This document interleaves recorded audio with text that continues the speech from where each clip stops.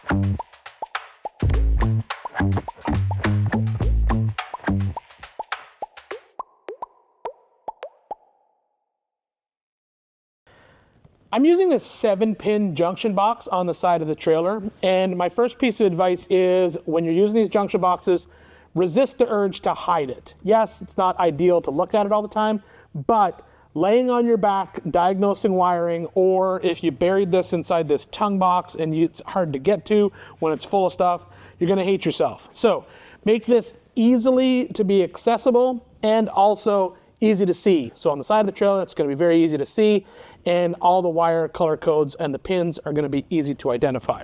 Now I'm using a 7-pin on this trailer, and that has this standard 7-pin connector at the front, plugs into the large round connector in the back of your truck.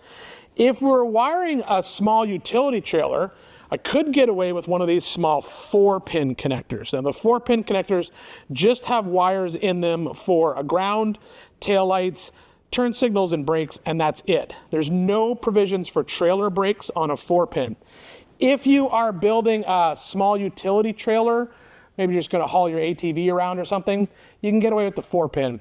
But anything that has trailer brakes, you're going to want to upgrade to the 7-pin.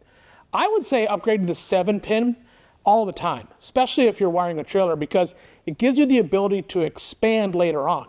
Even if the truck that you're towing it with or the car that you're towing with only has a 4-pin connector, you can buy an adapter to adapt from the 4-pin to the 7-pin. And then later on, if you want to add things to the trailer, like trailer brakes or additional lights, you have the wires in the system. So that's my next piece of advice. Go ahead and go to the 7-pin right from jump, no matter what size trailer you're doing. Now the next thing that I need to do is I need to build a harness that goes from that junction box back to things like tail lights, brake lights, and supply a ground for all of them. Now for that, I'm just going to need 4 wires, and the easiest way to do that is to just buy one of these pre-made wiring harness kits. I got this at my local Harbor Freight. It comes with the 4-pin connector. It even comes with the connector to hook up to the car if you want to use it. But it gives me the 4-pin connector, all the wires color-coded correctly, and this one actually even has an extra wire in it, because trailers that are over a certain size are supposed to have additional running lights on the back of them. And so this one has the red and the brown are actually joined together at the 4-pin, because brown is your tail lights. But this gives you a full wire setup, super cheap. It's like 15 bucks. It's already the right color, and it is ready to go for your trailer. That's my next piece of advice.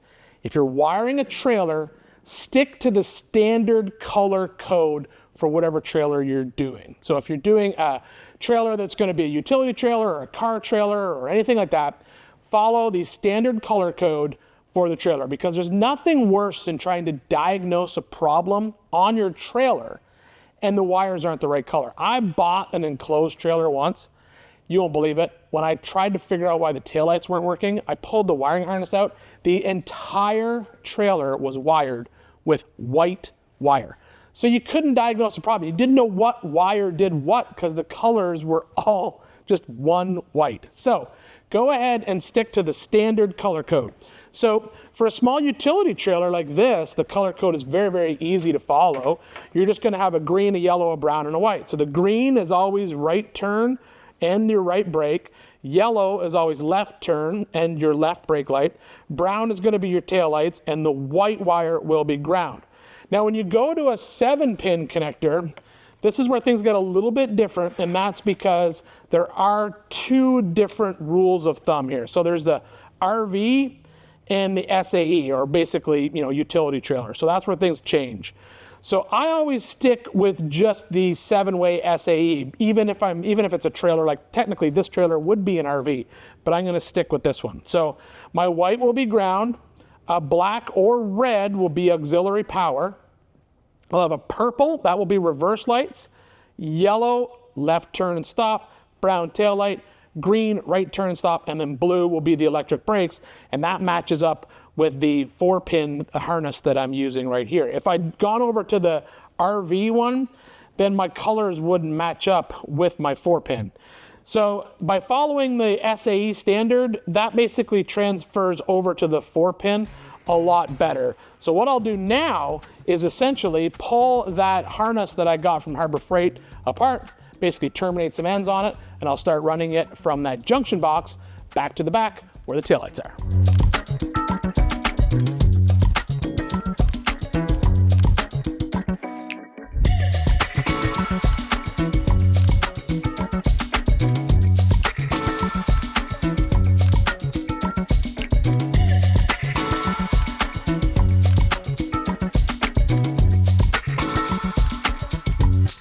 I'm just bundling these wires together with some electrical tape just so they kind of stay together on the trailer while I build the harness. This is obviously not the finished harness. I got to add more wires later on. I'm using non-insulated connectors with heat shrink on the ends. I just think that looks a lot cleaner than those connectors that have the heat shrink built into it. I find those look kind of a little bit bulky when you're building harnesses. So I like to use these non-insulated connectors with just some black heat shrink.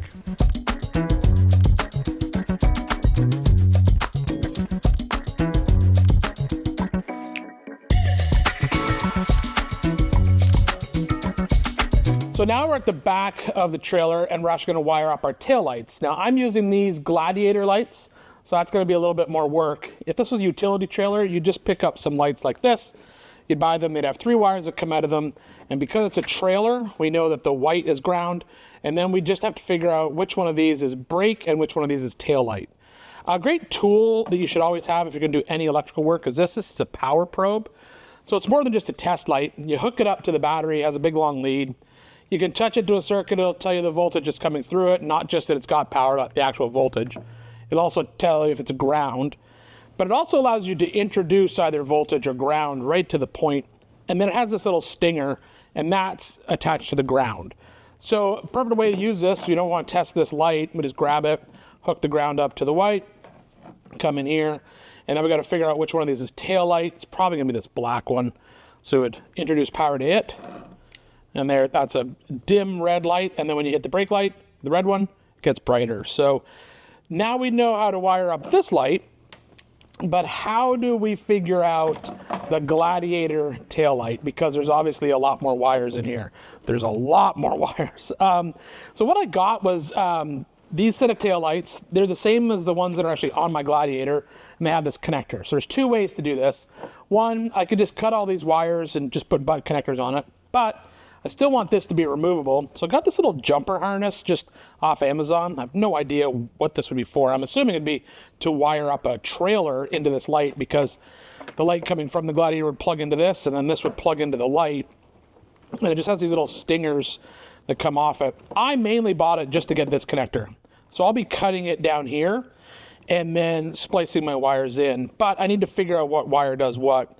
So because now we're into truck wiring, white is no longer ground, because now we're into vehicle wiring, not trailer wiring. So 9 times out of 10, when we're talking about vehicle wiring, black's going to be ground. And these little stingers, they're labeled. So we know that this is ground. There's actually 2 of them in the tail light. There's a ground for the side marker and a ground for the main light. So I'm going to come in here and I'm going to hook these up to this. So now I got a ground on them. And then I just have to figure out what wire does what. And as I said, these are labeled. So this is supposed to be stoplight. So when we hit it, there, nice and bright there. Yep. This yellow is the side marker light. So it's on the side of the light, which is over there. There we go. White is reverse lights. So that should be in the middle of there. Let's check that. Yep, easy peasy. Blue is running lights. So we'll hook it up there. Got some running lights right there. And that's it. Blue, white, and then the rest are grounds. So what I'll do is I'll clip this connector, trace these wires, attach these to my actual harness, and then I'll be able to wire these lights up. And what I'll do is I'll wire up the side marker light and the tail lights together. I'll wire the grounds together, and then I'll just hook up the brake lights as well as the reverse lights.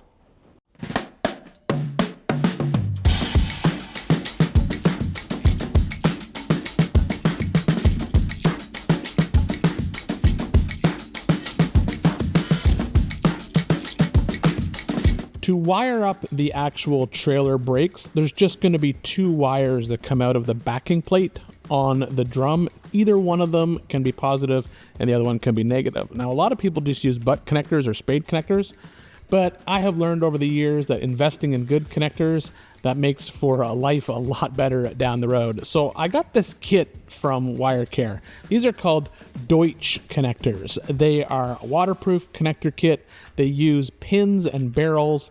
They work incredibly well. They're very easy to assemble and disassemble if you need to make changes down the road. So if you're building a wiring harness, I would highly suggest getting one of these Deutsch connector kits and adding it to your toolbox.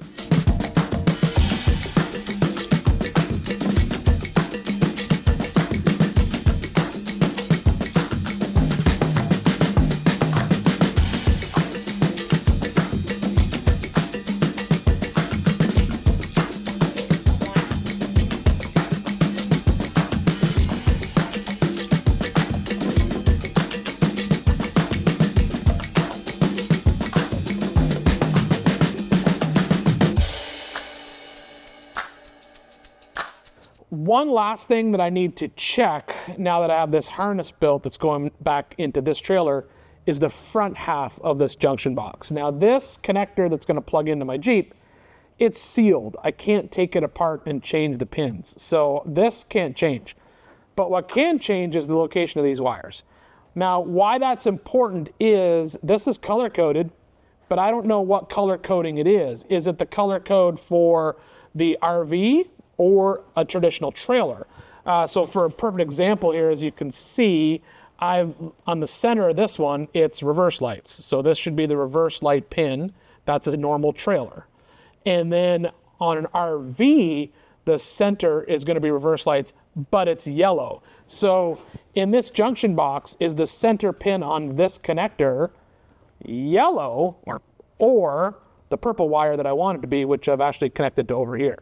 So what I need to do is basically check everything with an ohm meter that I have right here.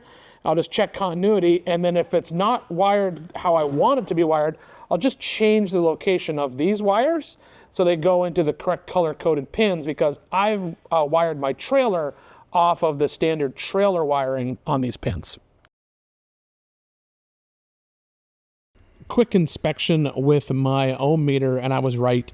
This 7-pin connector was wired as an RV, not as a trailer. So I had to move a couple wires around inside the junction box, and just to double check it, I'm going to go ahead and plug it into my new tow rig. One thing I like about this Ram is that when you plug in a trailer, the truck goes through a light cycle check. So it basically runs through all your lighting, turn signals, brake lights, tail lights, even reverse lights. So it makes it easy to check a wiring harness or just make sure that the wires are working on your trailer before you hit the road. So now that I have all the wiring done that's for just the common trailer items, the trailer brakes and the lights and all that kind of stuff, now I can focus on the additional items that are on this trailer because of the fact that it is an overlanding or adventure type trailer. So I'm going to start with some additional lighting. So what I want to do is I want to add in a couple sets of small LEDs. So I'm going to use these Nacho LEDs. These are clear floodlights. I'm going to mount them onto my roof rack in specific locations, and then I also have some of a similar light, but this one is red in color. Now the reason I want these red ones, we'll talk about them once they're wired up, but I'm going to mount them essentially underneath the tent up here, just because I think it'll be dark underneath here, especially at camp nights when you want to get stuff out of the bed, you want to be able to see it. So I'm going to mount probably one up in the middle that'll shine down into the bed. I'm going to put some on the outside. My 23-0 awning does have built-in LEDs, so I'm not really worried about this side of the trailer, but I'll probably put some over on the other side. Now comes the question as to how to control it. So what I got was one of these little universal switch boxes. So you see people use these in their off-road rigs. It's just a little 6-gang switch box. This is a solid state switch box. You hook it up to your battery, and then it has a small wire that goes out to basically a push button panel. And I decided that the coolest place to put the panel would be right here behind the gas door. So I'm going to mount this panel in here, and then I'll be able to basically just open up the gas door, hit a button, some lights will come on, and another button, another light will come on. I'll be able to turn things on and off with this switch panel all the time. And then when I don't need it, I'll be able to close it up, and it's hidden in behind that gas door. I think that's a pretty cool spot for a custom switch panel for this trailer. So that's what we're going to start with. I'm going to mount the box, run all the wires, and then get that switch panel mounted behind the fuel door.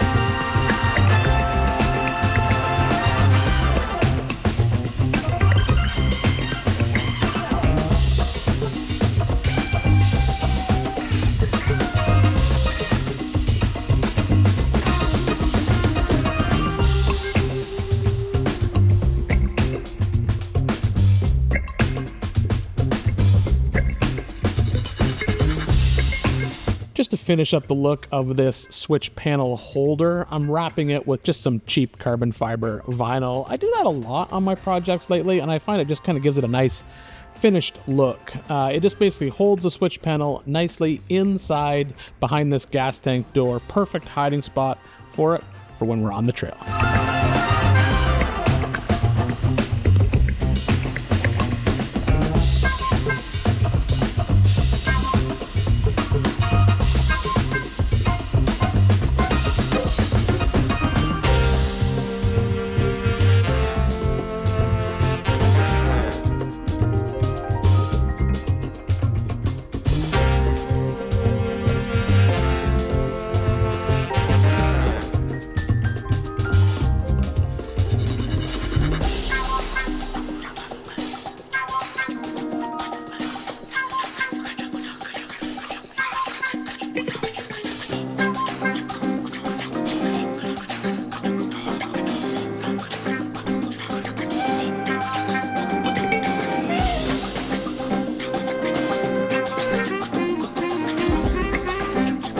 When it comes to an adventure trailer like this, you can have all the lights in the world mounted on it, under it, or around it. But eventually, you're going to venture away from this trailer into the dark. And for that, you're going to need some type of additional lighting. And that brings us to today's video sponsor, Phoenix Lighting. Now, Phoenix makes many different types of lighting for many different types of situations, from camping to first responders to just all-around emergency use. Now, these are 3 popular lights that Phoenix makes that will make your campsite just a lot easier and your adventure well lit. For a handheld flashlight, I have the Phoenix LD35R. It's a do-it-all flashlight. The forward-facing light puts out 1,800 lumens with 5 different lighting modes. The LD35R has 2 more lights on each side of the flashlight's head. These diffused side lights emit a soft white lantern-like illumination, plus several combinations of red, blue, as well as flashing modes. Beyond illumination, this flashlight is emergency ready with glass-breaking tips, strobe, and SOS. It also has a magnetic tail, so it can also be attached to most metal surfaces to go hands-free. But when you want to go truly hands-free, you need a headlamp. The Phoenix HM61R is a versatile headlamp designed for work, camping, everyday outdoor use. 1,800 lumens with a beam throw of 640 feet. It also has a 70 lumen red light that offers excellent performance for working in low light and preserving night vision. The HM61R can also detach from its headband and become a right angle flashlight. Its magnetic base also allows hands-free when attached to most metal surfaces. And lastly, you want a good work lantern. The CP50R work lantern delivers a staggering 5,500 lumens of light and throws a beam up to 1,476 feet. Its unique triangular design resembles a warning sign, making it an asset at high-risk job sites and roadside emergencies. In addition to its ultra-bright floodlight and spotlight mode, it also includes 5 lighting modes for signaling and increased visibility. It's got a magnetic base and a tripod mount and a 360-degree rotating handle. This work light throws light exactly where you need it without tying up your hands. The adjustable floodlight color temperature lets you shift from warm task lighting to crisp white illumination on the fly. Each one of these lights has a covered USB-C charging port, so it's easy to keep them fully charged in your vehicle or your adventure trailer. Never have to worry about dead batteries. I'm going to go ahead and leave a link in the description below for these lights. Go ahead and pick yourself up a flashlight, a headlamp, or a work lantern, or heck, be like me, get all 3, keep them in your adventure trailer or your adventure rig, and you'll never be left in the dark. So the way this controller works is essentially I have my amber lights and my white lights. Those are the ones that are mounted up underneath the tent. I'm going to make my fridge turn on and off here as well. This USB outlet, this is power for inside my rooftop tent. My rooftop tent actually has USB outlets on the far side, and so I'm going to deliver power to those. And then I still have 2 spots left. Now, one thing I'm actually going to hook up right here, probably onto this spot, maybe spot 6, we'll see. I'm going to hook the trailer brakes up to this button right here. So what I can do is essentially energize the trailer brakes. That way, if the trailer is ever parked and disconnected from the truck, I don't have to worry about it rolling around because I can simply energize the trailer brakes and that will lock up the rear wheels. The nice thing is since I use this junction box down here, all I need to do is run a wire from the switch junction box inside there down and just add it to this little blue terminal right here, because that is my trailer brakes. If I just energize power to that, locks up the brakes. Easy peasy.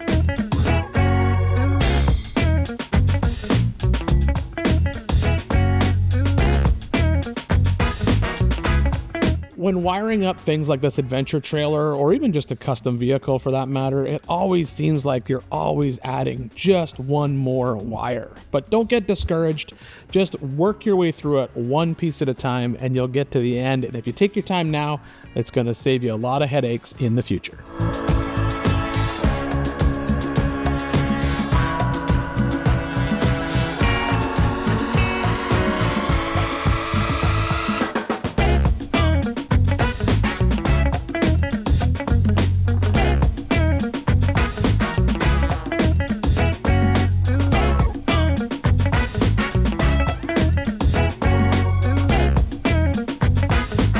At this point, it's time to talk about power. Now, I don't mean power that's running the lights or the electric brakes, the tail lights. All of that 12-volt power is going to be supplied by the Jeep when it's hooked up through that junction box. It has that one main power feed in the ground. But I mean power, campsite power. And sometimes when you're camping, you might want some 110 or some additional power to power items around the campsite. And that's why a lot of people will take these adventure trailers and they'll add essentially a power bank to them. So they'll add some lithium batteries, they'll add an inverter, and they'll basically build out their own little power station inside the trailer. The problem is that I have yet to add one more item to this trailer, and that is a rear-mounted winch. Not a big winch, just a small power sports, like 3,500 pound winch. And my thought process behind that is sometimes when I'm on the trail, I could see me getting into a situation where I may need to just drag this trailer back and forth, maybe just get around a tree or something. So instead of relying on someone else's Jeep to do that, if I have a rear-mounted winch, I can just run a cable out the side and pull the trailer that way, or a cable outside and pull the trailer that way. The problem with that is a lot of the lithium batteries out there, they don't really play well with a traditional winch. And that's because the current draw that happens on that winch, the lithium batteries have protections built into them, and when they see that huge current draw, they'll often just shut off. So I want to have some type of traditional battery in place for when I use the winch. That's what this bad boy is right here. Since I'm only using a power sports winch, I'm just going to mount this small power sports battery up to the front.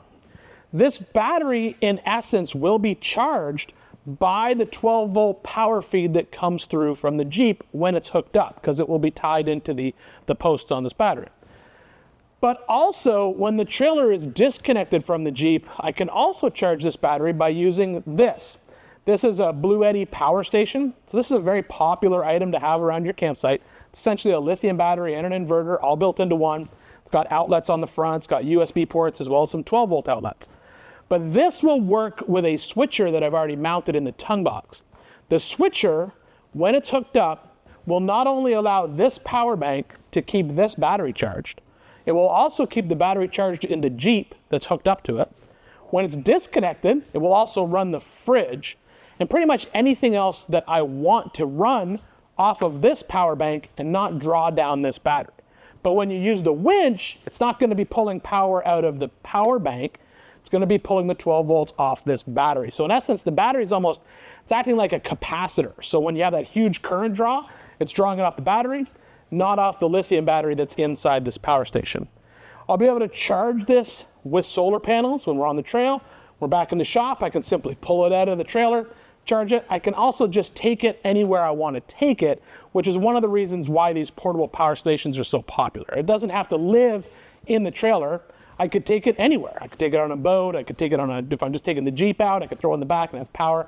These are super, super handy. So it's not really a conventional way to wire up one of these adventure trailers, but it's a way to allow me to use the winch that I plan to add in the back and still have the benefit of the power station when I need it.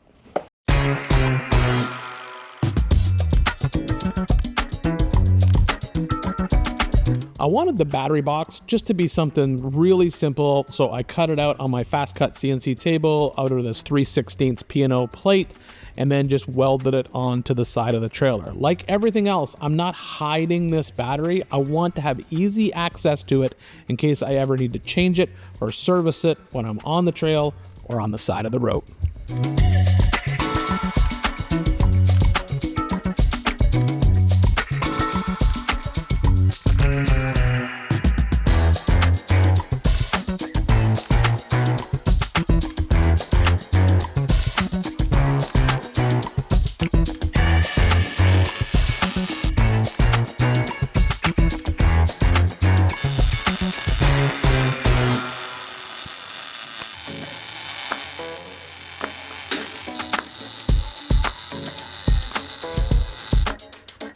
Once it is fully welded and cooled down, I gave it a good coat of Seymour Big Rig Black. This is my favorite paint to use in the shop. I pretty much put that stuff on everything.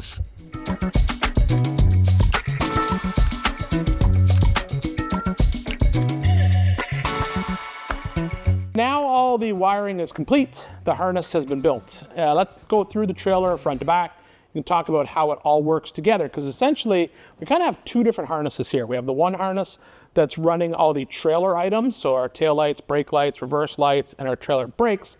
We have another harness that's running all of our Overland items, but they actually do cross over in a couple of spots. So Once again, starts at that 7-pin connector at the front of the trailer.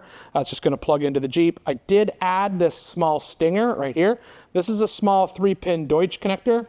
I'm adding it because I'm going to have to add a stinger to the back of my two-door Gladiator. My two-door Gladiator has a rear-facing amber and a rear-facing bright white light that are operated by a switch panel in the Jeep.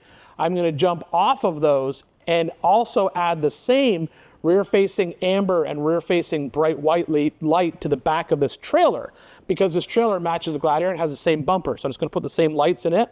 That way, when you energize those lights in the Jeep, it'll also turn them on the trailer. And for that, I needed that extra stinger. That brings me to another little quick tip for you. When you have an extra wiring harness left over from a project, like I have here, this one right here, if it's got items on it that you want, don't throw it out. I kept this one laying around specifically because it had these small Deutsch connectors on it. These connectors are super nice to work with, super easy to assemble, and most importantly, easy to find the match to this. So I can easily get the 3-pin, basically female version of this connector. I can just order it from WireCare. So I kept this harness because of that. I didn't know if I was going to use the whole harness or just parts. In this case, I just used part of it. Now, don't be a hoarder. You don't have to keep every wiring harness that you ever get, but keep some. It's good to have that extra wire around. It's good to have extra connectors around, and it's good to have just extra parts and pieces. So the harness comes back, and we already talked about this, how that one harness is going into the junction box, a 7-pin connector, and that runs all of our trailer stuff. It does cross over in one spot, and that is that the auxiliary power wire that's coming in on the 7-pins, that's a 12-volt feed that's going to come in on this 7-pin. It's coming down, and it's connected to the positive side of this small battery. I said before, this small battery is mainly here to run the rear-mounted winch. That's what these high-power cables here that are coming out and going to the back of the Jeep are for. That's for the rear-mounted winch. But by adding that auxiliary 12-volt power, that means that when this trailer is plugged into the Jeep, it will get basically a small trickle charge onto this battery and help keep it charged while we are on the trail or driving to the trail. Now at camp, obviously, if the Jeep isn't running, it's not charging this battery. So I said before, we're charging it using the Blue Eddy power station. Now, this is how this works. So when you get to camp, you pull the power station out, you're simply going to plug in this wire right here. That wire is coming from the Charger 2 that I talked about that's up here in the tongue box. This is essentially a very smart switcher. It's switching between the 12-volt battery that's on the trailer, the battery that's in the power station, as well as solar panels that would be hooked up to this as well. And you use an app to monitor all of that. You just put it on your phone, and it will tell you which way power is going. So you can see right now the essentially car battery, or that's representing the battery that's on the trailer, is feeding power through the switcher into the power station right now. So it's basically just trickle charging the power station. If the car battery ever got down, or in this case the trailer battery ever got down below a certain amount of voltage, you simply set it up inside of here as to what voltage you want that to be. Then the opposite would happen. Reverse charging would happen. Charge would come out of the power station and charge up the battery. But when we're at the campsite, that is how essentially that power station is going to make sure that the battery on this stays charged. Now, the switch panel that is behind the gas tank door, it's obviously got an LED light set up on it, and it's all set up right now to turn everything on and off. So fridge, USB in the tent, ambers, whites, as well as my trailer brakes. So the issue with this is normally turned on and off by keyed power, or it's set up for an auxiliary switch or accessory switch inside the vehicle. I don't have that. So what I did is I went ahead and I just added this toggle switch to the front. So when you hit that toggle switch, it kills power to the basically control panel. That means that switch relay bank is dead, and we don't have to worry about anything accidentally switching on. So we only turn that on once we get to the campsite. So now the last thing is to loom up this harness, and that's my last sort of tip for you, and that is just save that till the end. I see people all the time, they build a custom wiring harness, they get 90% done, they start putting wire loom over all the wires. Until you have built the entire wiring harness, tested everything, make sure it works, turned everything on, turned everything off, ran everything where it needs to run, Yes, is your harness going to look stupid? Yeah, it's going to look like this. It's going to look like just a whole bunch of wire just laying out on the frame rail. But the last thing you want to do is like loom up part of this and then realize that you forgot to get a wire inside that wire loom, and then you're cutting apart the loom and trying to fit wire in it, and it's just a pain in the neck. So by waiting until the very end, testing all the circuits, making sure everything works, it's just going to save you work in the long run. So now what I'm going to do is I'm going to break out my wire loom, got that from Wire Care as well. Bring out my wire loom, and start looming up this harness, make it look really cool, really clean, nice and tight, and then secure it to the chassis, and then we'll be done.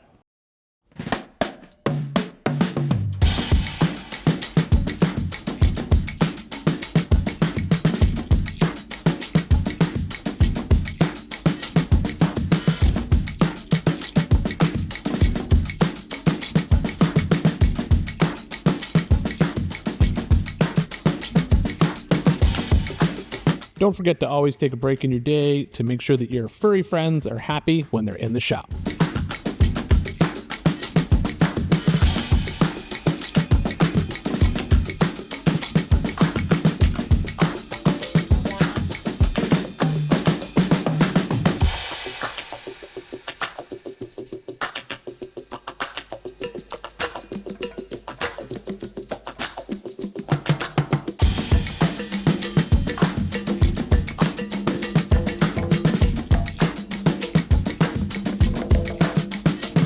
Once all the loom is on the harness, you end up with a very professional looking wiring harness.